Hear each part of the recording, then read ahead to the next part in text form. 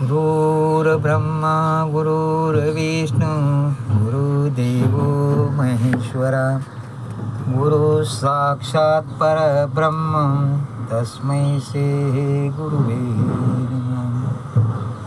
आज गुरुपौर्णिमा। गुरुचं ज्ञान विश्वात आज 100% असतं।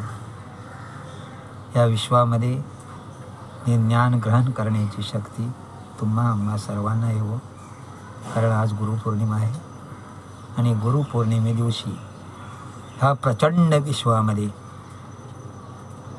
गुरु अवतरित झालेला असतो। ज्याची ग्रहण शक्ती करण्याची शक्ती असते त्याला ते ज्ञान ग्रहण होत असतं। तसं अनेक प्रकारचं ज्ञान या विश्वात आहे, त्यामुळे या विश्वाची प्रगती होत चालली आहे। परंतु जे गुह्य ज्ञान आहे, आत्म्याची प्रगती होणारी,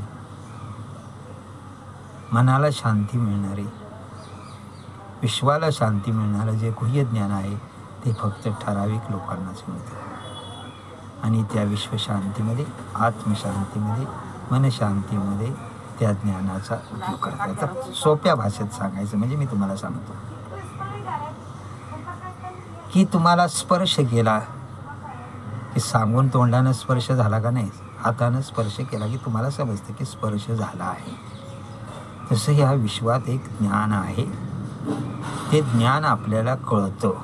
डोळ्यानं दिसत नाही, कानानं ऐकायला येत नाही, शब्दानं त्याच्या पलीकडचं एक ज्ञान आहे की त्याला म्हणायचं अनुभूती। एक असतो अनुभव की जे प्रत्यक्ष डोळ्याने दिसतंय तो अनुभव आहे, जे डोळं झाकून दिसतं त्याला म्हणायचं अनुभूती। अगरबत्ती लावली की वास येतो, अगरबत्ती भिन लावता जो वास येतो त्याला अनुभूती म्हणायचं। मग ही अनुभूती विश्वात ज्याला आज प्राप्त होते त्याला गुरुज्ञान प्राप्त झालं समजायचं। मग हे गुरुज्ञान कुणाला मिळतं तर ज्याला गुरु कृपा ही केवलम शिष्यम परम, म्हणजे कृपापात्र शिष्य। मग आपण कृपापात्र व्हायला पाहिजे।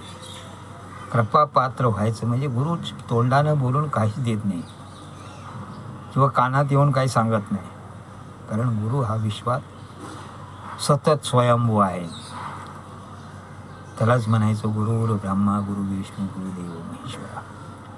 हा विश्व संपूर्ण गुरुनं भरलेला आज असतो आणि ह्याचं ज्ञान तुम्ही त्या आयनमध्ये गेला, गुरुचं स्मरण केलं की तुम्हाला ते ज्ञान अनुभूती प्राप्त होत असते आणि हे ज्ञान तुम्हा सर्वांना मिळो।